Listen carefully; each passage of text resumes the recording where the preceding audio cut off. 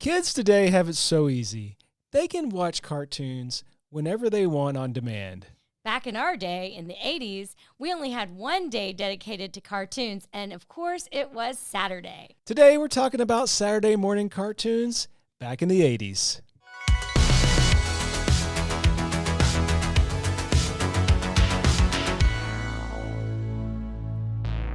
Hey guys, I'm Abby. And I'm Keith. Welcome to our 80s Live podcast. All right, recently, Keith and I were having a conversation, and I found out something new that I did not know about him before, that you had a Saturday morning, ritual. I did. Saturday morning for me was an event.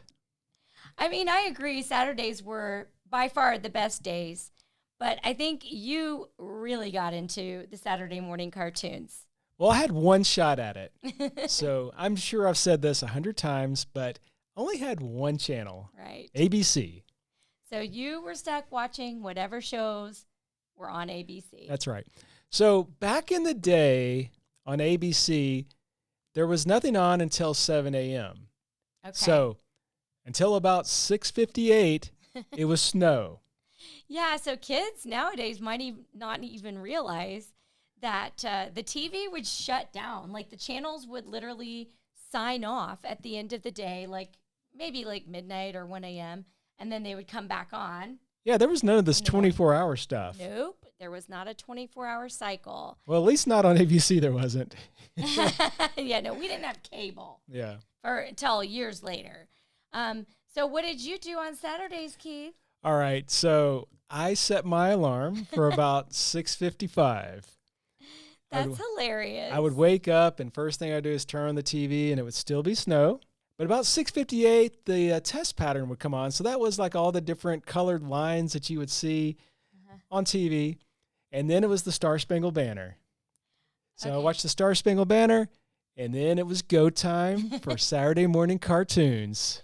I mean, that is some dedication. I don't think I ever saw the morning test pattern. I don't remember ever seeing that. I know it existed. Why does that not surprise me? I know I saw the night one. I'm a total night owl. Well, the funny thing is, so am I, but I was very dedicated to my cartoons. Yes. So what was the first one that you felt like you just didn't want to miss, the one that started at 7? So that would be the Super Friends.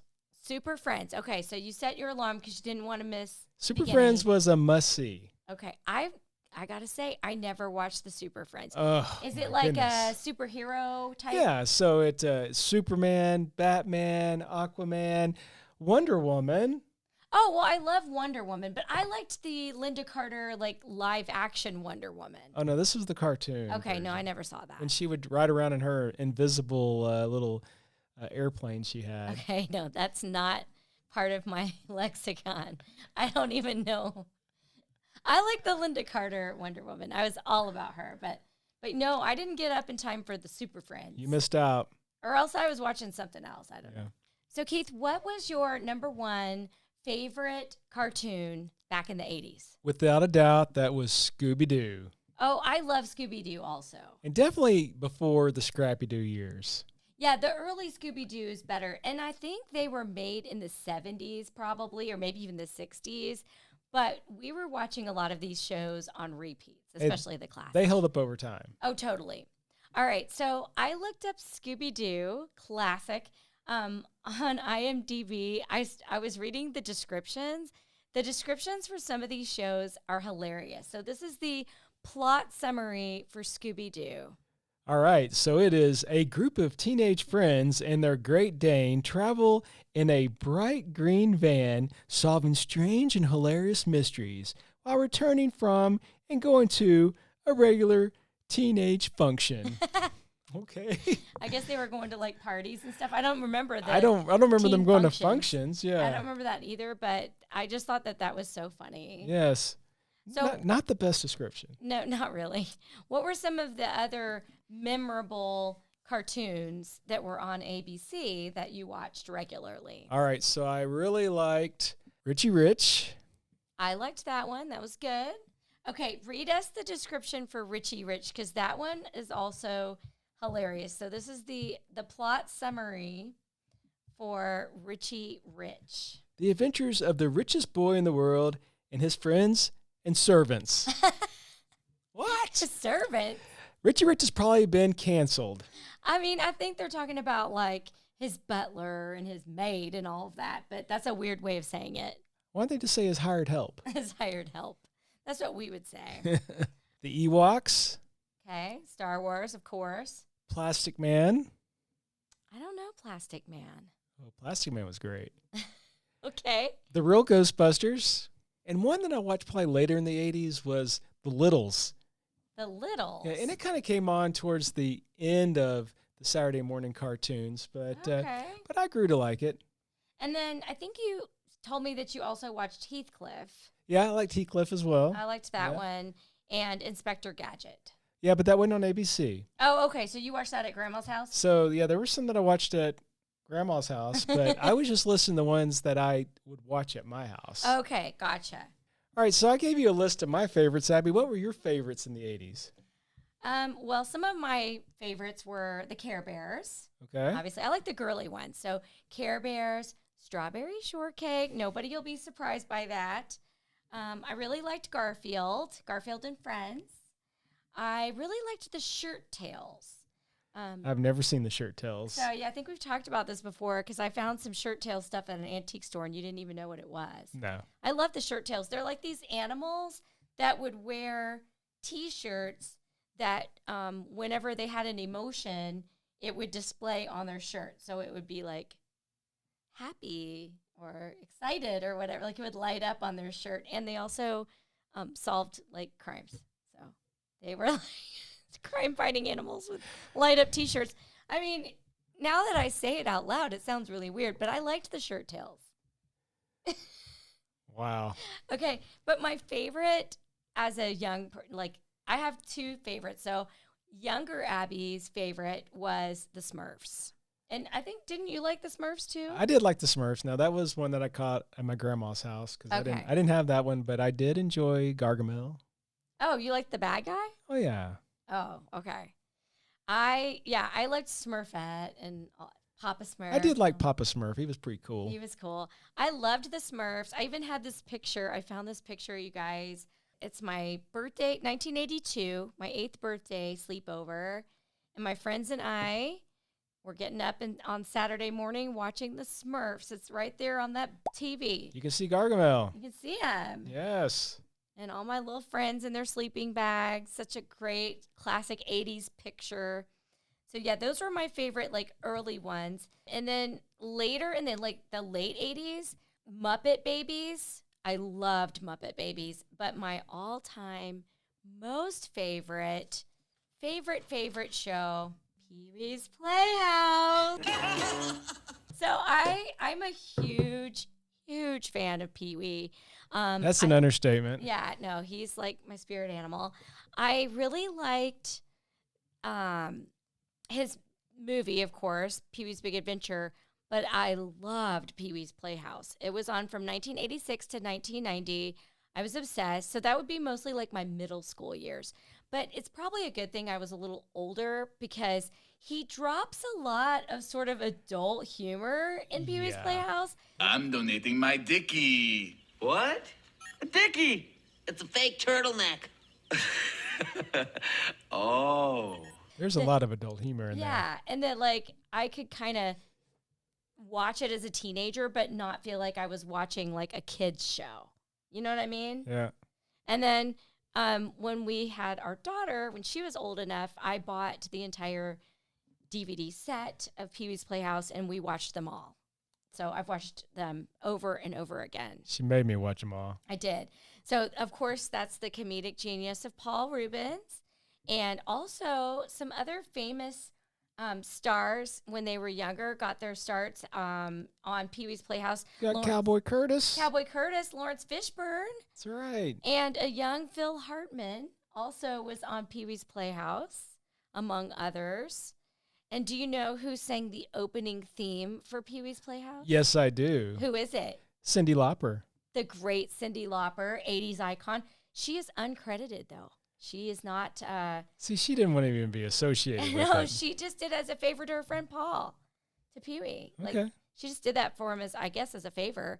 That's a good friend. Yeah, I loved Pee-wee. I could go on and on. We could do a whole episode just about Pee-wee's Playhouse. We probably should sometime. Actually, I love Pee-wee too. He's great. He's great. And one more thing, I have a favorite episode. It's called Pee-wee Catches a Cold. That one is hilarious. And we love that one so much. And every time our daughter would be sick, we would bust out Pee-wee Catches a Cold and watch it. And when she was in college, that first year she got sick, I taped it off the TV on my phone and I sent her some of the clips from Pee-wee Catches a Cold because she wasn't feeling well. And that we always watched that. It just was one of those shows that would just brighten your day. You know, he was quite the ham with his cold. when he gets Pee-wee catches he was a cold, so dramatic. That's the funny thing is like he gets all dramatic about it, and it's just funny. So there you go, Pee-wee. All right, so as kids in the 80s, besides shows that were in the 80s like the Care Bears and the Ewoks and all that, we also were raised on like the classics from the 60s and 70s. So we grew up watching the Flintstones. Right? Tom and Jerry. Tom and Jerry, the Jetsons. I love the Looney Tunes. Yeah, all the Looney Tunes. So that would include like the Roadrunner and Bugs Bunny. Yosemite Sam. All of that. Sylvester Totally. and Tweety. Yes. Yes. Charlie Brown was not a Looney Tunes, but I love Charlie Brown and Friends. Totally classic. And my two favorites of the classic ones when I was little were Casper the Friendly Ghost and Woody Woodpecker. Oh, I liked Woody Woodpecker. I loved Woody Woodpecker. I have a story about Woody Woodpecker. I actually had, when I was like really little, like 2 or maybe 3, like little, I had a very vivid dream that my family and I went to the park and I saw Woody Woodpecker in the tree. And he was like, did his little, the laughing. And I told my parents that I saw Woody Woodpecker, and they kept telling me, no, that didn't really happen. And I was very insistent. And then finally, that was like the first dream that I ever remember having that my mom had to explain to me what dreams were. I had a dream that I met Woody Woodpecker, but it was so real. You know how those can be sometimes. Oh, yeah. And as a kid, I think it was kind of confusing. Like, no, I swore it happened. I swore I met Woody Woodpecker. But it was just a dream. So sad. I know. So let's talk about things that we ate while we watched cartoons. I mean, we can't talk about Saturday morning cartoons without talking about the sugary cereals of the 80s, right? You had to have some sugary cereal with the cartoons. They went hand in hand. I mean, because that's all you saw pretty much was commercials for all these cereals. That's what I was thinking. Like, it was mostly because of the commercials, but also, like, maybe because we could make that independently without our parents. You know, we didn't have to wake our parents up to fix us breakfast. We could just pour in that sugary goodness and add some milk, and you're good. Oh, yeah, it was so good. What was your favorite cereal? Hands down, my favorite cereal of all times was Fruity Pebbles. Okay. I love Fruity Pebbles. My favorite was to put it in there because it was kind of crispy when it came out of the box, and I wanted it to get all soggy. Ew. So I'd let it get soggy, and then I'd eat it, and then some of the fruity goodness was left in the milk, and then I would drink the milk because the milk would taste so good. Do you remember those cereal? It's making my mouth water. So weird. I need to go get some Fruity Pebbles right now. Do you remember those cereal bowls? I didn't have them, but some of my friends had them where it had a straw coming out of it so you could drink the milk after. No, that was cool, though. Yeah, Shannon had those. Oh, man. And she liked I think the Cocoa Pebbles. Yeah. So it would make basically like chocolate milk. Yeah, it's funny because I love chocolate. I love everything chocolate, but Yeah. I don't love chocolate cereal. Yeah, it's kind of like you don't want your chocolate to be mushy. Nah. It's the wrong texture. Yeah. Yeah. Now, my second favorite was Honey Nut Cheerios. Oh, you were still eating those well into our married days. Like, you always loved Honey Nut Cheerios. I would eat those today if they were in the pantry. Oh, yeah, for sure. Yeah, you ate those things for years. All right, so what were your go-to cereals on a Saturday morning? Oh, my favorite has always been Cinnamon Toast Crunch. I just love cinnamon. Cinnamon candy, cinnamon ice cream, whatever. My favorite was Cinnamon Toast Crunch. And as an adult, I still loved that. I can't have it now because I can't have gluten. But my second favorite was Cookie Crisp. Going back to Cinnamon Toast Crunch, you introduced me to those as an adult, and I'm pretty sad I missed out on those as a kid. I can't believe it. And now I'm really sad since you can't have them. They're not in the house anymore. They're never. No, I don't buy them. That would be really sad if I'd go out and get some Cinnamon Toast Crunch and eat it in front of Abby. That would be wrong. That would be just mean. Yeah, that would be mean. So I haven't done that. So I haven't had it in years, but man, it's good. It was good. I really liked it. The closest thing I can get, there is a cinnamon Chex. Chex is gluten-free unless you get the wheat Chex. So rice Chex and corn Chex are gluten-free, and the cinnamon one is pretty good. It's close. Not quite sold on that. Well, it's the best I can do. But Cookie Crisp is solid too. Oh, yeah. Like, how can you go wrong with little cookies in milk? That's right. So, yeah, yum. Okay, now I'm getting hungry. I know. I think we're going to make a run to the store. Uh-oh. Now, to offset these commercials, ABC and probably other channels would run these PSAs that would try to promote healthy eating. Yeah. And I would have to say I was somewhat influenced by some of these. I mean, I think you were very influenced because going into our marriage, you would still be singing these little jingles, which since I had all the channels, I would just, when the PSAs came, I recognized that and I would just be like, healthy eating. I would just change the channel to something else, but you were forced to watch I was a captive audience. Right. So he has introduced me to some of these jingles that he grew up with that he still can rattle off. Like there's this one, beans and rice are nice. Yes. And then, now there was one I remembered. Of course, I love cheese. So, of course, I would remember the hankering for a hunk of cheese guy. When my get up and go has got up and went, I hanker for a hunk of cheese. Was that Timer? Yeah, the guy's name was Timer, which is kind of weird. It was just like this little round yellow guy with legs. I don't know what he was supposed to be. I think he had like a walking stick too. I don't. He would kind of kick around. I think you're right. I Yeah. don't know if he was supposed to be like a clock or something. Yeah, maybe so. Kind of a weird guy, but he had a series of PSAs about like healthy eating and healthy lifestyle. Like there was a theme of brushing your teeth in a lot of these things, drinking more water, eating fruits or harder, vegetables that would help your teeth. I don't know if that's really scientific or not. Exercise those choppers. Yeah. They said. I don't know really how scientific that is, but maybe it is. There was one that I had forgotten until Keith reintroduced it to me about like making a healthy snack where you freeze orange juice into ice cube trays and then put like a toothpick or like a stick in it. Okay, now take an empty ice tray and fill it up with orange juice or lemonade or pomegranate juice or whatever turns you on. Then cover the tray with plastic wrap. Carefully poke the toothpicks through the plastic, put it in the freezer, and in a few hours, presto, stacks of snacks.